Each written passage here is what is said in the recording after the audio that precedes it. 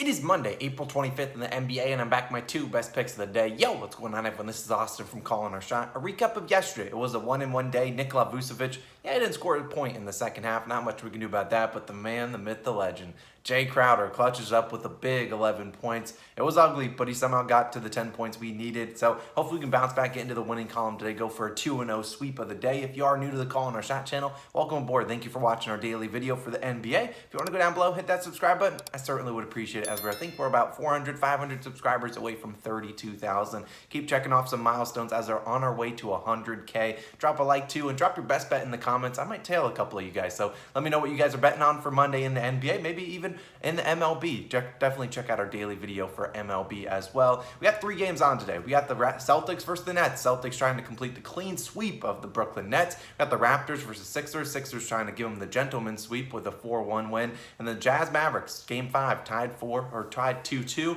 Big pivotal game, game 5. Now, I have my favorite play in the 76ers game, and we'll have one in the Dallas Mavericks versus Jazz game. We'll talk about some leans afterwards. Let's hop into it. We got 3 last notes. Number 1, we have a ton of different sportsbook sign-up offers. One's for FanDuel, DraftKings, BetMGM, Caesars, Unibet, you name it. If you want to use the link down below, dimers.com/COS, and use those links. Another way to support us over here at the Calling Our Shot channel. Number 2, I've obviously already said this in a couple videos, but you can download the daily videos in podcast form. Maybe you're listening on the way to work. You can definitely do that. You just go to wherever you get your podcasts, Apple, Spotify, Google. Just type in Calling Our Shot. You should be able to see the daily videos there and download them and listen to them on the go. And number 3, we have to shout out our COS All-Stars. We can't do it without you guys. Thank you guys all for supporting us. If you want to become an All-Star, get some cool extra perks like getting the plays an hour early, even sometimes more than that. Click the join button on the channel, the link in the description, or the link in the pinned comment. Our newest All-Stars, welcome back to Robert and DJ. We appreciate you guys both for joining and coming back to the COS All-Star group. Let's waste no more time. Let's hop into my best bet of the day.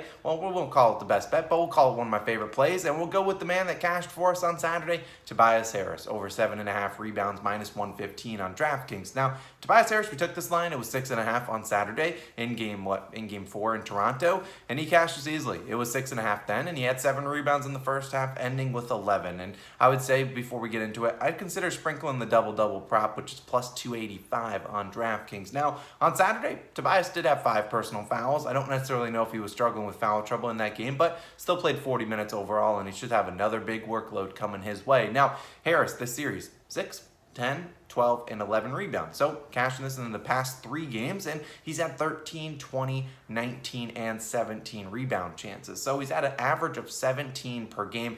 All we're asking for is him to pull down 8, which I think he can certainly do today. Now, a big thing we like, he's out on the court a ton. He's played 37-plus minutes, just 37-plus minutes. All 4 of these games. I think he's played almost 40-plus the last 3.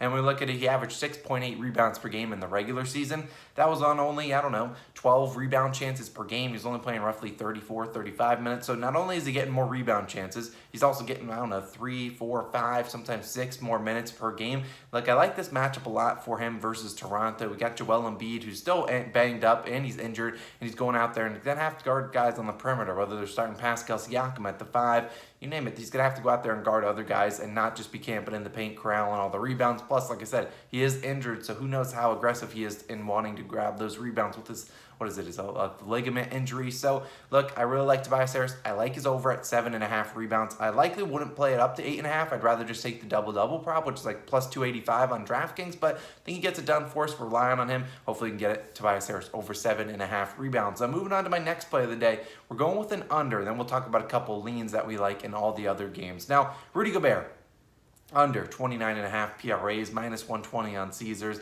We have a tied 2-2 series, so it's only right we're fading Rudy in this one. Now, so far this series, Rudy, he's left a lot to be desired on the court. He's at 22, 27, 22, and 33 PRAs. He's gone under in 3 of the 4. Now, he did manage at the over in game 4. Granted, it did take him 18 free throw attempts, which I don't know if he will duplicate that today, but still. In Rudy's last 25 postseason games, he's under this line in 19 of them. And so, in his 47 career postseason games, he's averaged 33.2 minutes per game, so right on par with what he's been averaging these last couple games. I mean, I think in this series he's had actually below 33 minutes on a couple of them, but he's averaged 13.4 points per game, 11.3 rebounds per game, and 1 assist per game overall in the postseason.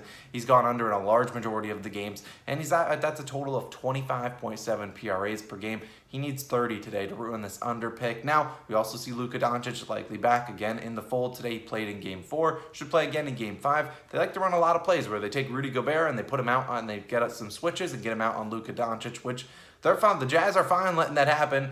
I don't know why, but they let it happen, and that could lead to Rudy Gobert in foul trouble. It could lead to him, I don't know, just not even being in the paint to grab rebounds. A lot of different things, as he's had 4 fouls the last 2 games. In fact, he's had 4 fouls, 4+ fouls in 16 of his last 25 games. So he could struggle with a little bit of foul trouble here. I'm not going to guarantee foul trouble, but he could struggle with it. Look, like I said, last game, Rudy, 33 PRAs, and that required 18 free throw attempts in the regular season. Gobert was under this line in 2 of 3 games versus the Dallas Mavericks. Look, he can go off sometimes and have a ton of free throw attempts. Sometimes at the end of the game, he's getting hacked on fouls. But I do think the Mavericks do end up winning this game. They are favored by 3 points. We'll talk about that in a second. But give me the under for a guy that, honestly, it wouldn't surprise anyone out there. If Rudy Gobert goes out there and puts up like 3 points, no. If he scores less than 10 points, no. I mean, his line is 13.5 points, so you can do whatever you want with his regular over-under for lines, but I just don't see him going out there and having a big day today. There's tons of different ways for him to go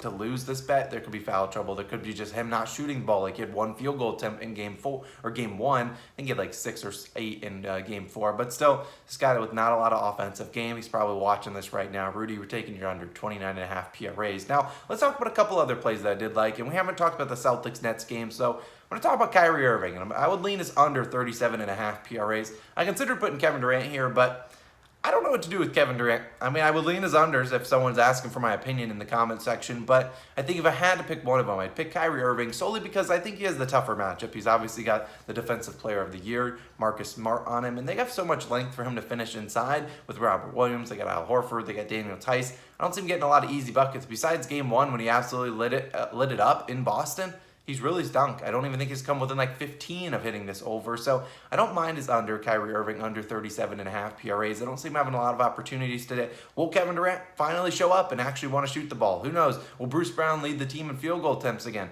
Well, if he does, they're going to lose. I can probably guarantee you that. That's just a recipe for failure. But I don't mind Kyrie Irving under 37.5 PRAs. Pretty high line. And sure, could he go out there and score 39 like he did in Game 1? Yeah, he could. He's Kyrie Irving. But still, I would lean it's under. More so than taking Durant's under, but I don't mind either of them if you want to go with it. You're playing with fire a little bit, but I don't mind either of those as a lean. Now, let's move on back to the 76ers game.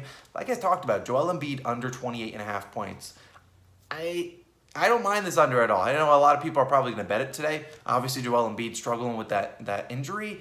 We don't really know his status. I mean, they just came out that he had a torn ligament in the MRI, so he's definitely playing with a lot of pain there, and I'm sure the Sixers want to put this game away. It is still Joel Embiid, so, he's still capable of scoring 30 points on one hand against the Raptors, but it's tough to fade Joel Embiid, but I don't mind it here. What did he have, 21, 23 points in Game 4, Game 4 in Toronto? I know he'll probably play better at home, and he'll probably learn how to play with the injury a little bit more, but you're still asking a guy to score 29 points on an injured hand.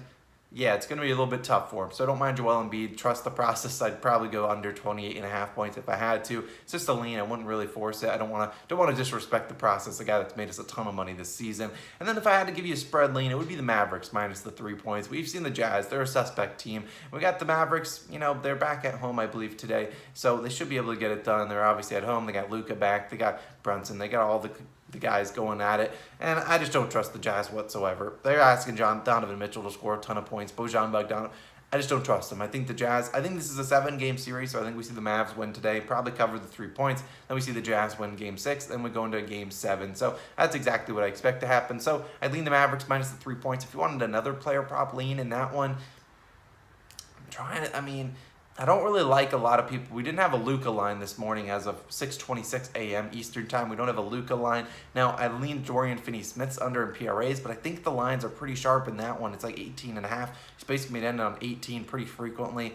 And then Donovan Mitchell, you could take his over in points if you really want to, but he hasn't been a guy that's been shooting a ton the past 2 games. So a little bit suspect. They're playing good defense on him. Bojan Bogdanovic was the guy that was hitting his overs pretty frequently, but then he obviously struggled last game to hit it. He was in foul trouble all game. I don't trust Mike Conley whatsoever. There's a lot of guys in this game the Jazz Mavericks game that I just absolutely do not trust whatsoever. So that's why I don't really have a player prop lean in that one besides Rudy Gobert under 29.5 PRAs. I think the line's a little bit too high for him. So my 2 official plays, like I said, Rudy Gobert under 29.5 PRAs. We obviously have Tobias Harris over 7.5 rebounds. Those are the 2 plays I'm rolling with. Let's go 2-0. Drop your best bet down below. Put our MLB best bets video on the screen if you want to go check that out. We certainly would appreciate it. But this has been Austin. I'll catch you guys in the next one. Let's go have a good day. Peace out.